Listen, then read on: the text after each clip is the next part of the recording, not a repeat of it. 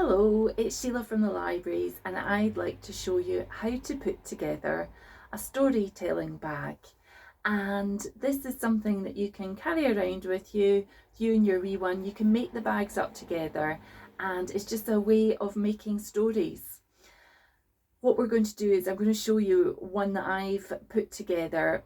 This one, well, I'm going to see if you can guess what mine's all about. I think you probably will as soon as I show you the first thing. So the first thing that's going into my bag is this item here.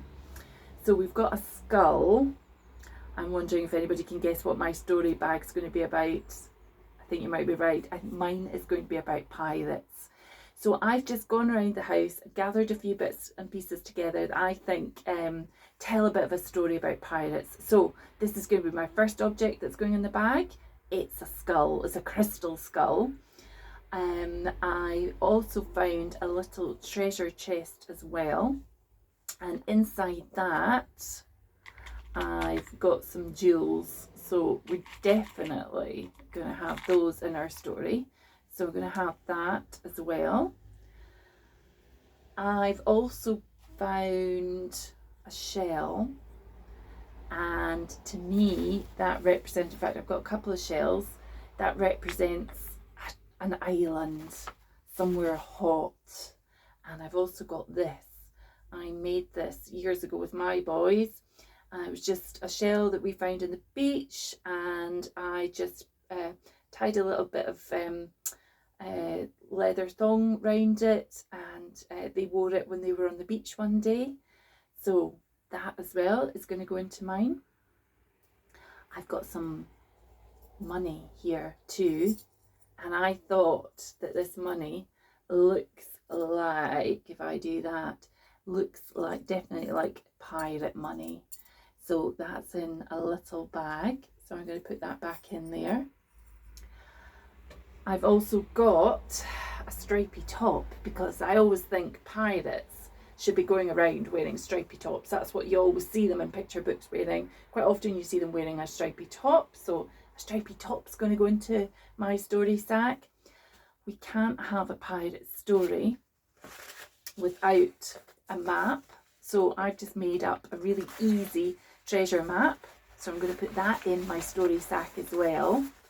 And I also found this old box here, and in this box I have a very old telescope, and the telescope is going to also go into my story sack.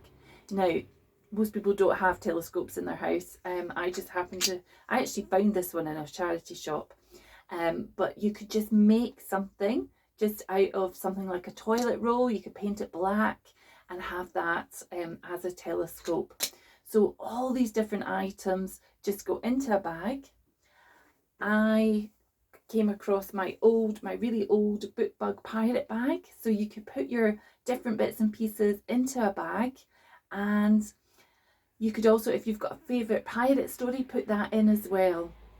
And so all that you do, you can then go and sit somewhere nice and quiet with your wee one, and you can see if the two of you, if you can make up a story with all the different objects that you've decided are going to go into your story time bag. So you could just concentrate on one thing. One day you might just have a story that's all about your skull, if you've got a skull to put in. Or another day it might concentrate on the treasure and whose treasure it is. Or another day it might be more about what the treasure island actually looks like, and you could have to think about putting a story together about the shells, maybe finding the shells. Are the shells worth money? I think they might be. Can you hear a story? I think I can hear, I think actually there might be a secret message coming through this shell, so you could add that into your story. You could go and leave some treasure somewhere in the house and have a bit of a treasure hunt. So there's lots of things that you can do just by gathering together a few different bits and pieces from around your house. And they don't need to be, as I say, I don't have a proper treasure map. I've just made mine out of a piece of paper. I happen to have a telescope because I found it in a charity shop, but you could just use a rolled up piece of black card or a toilet roll, put that up to your eye and pretend.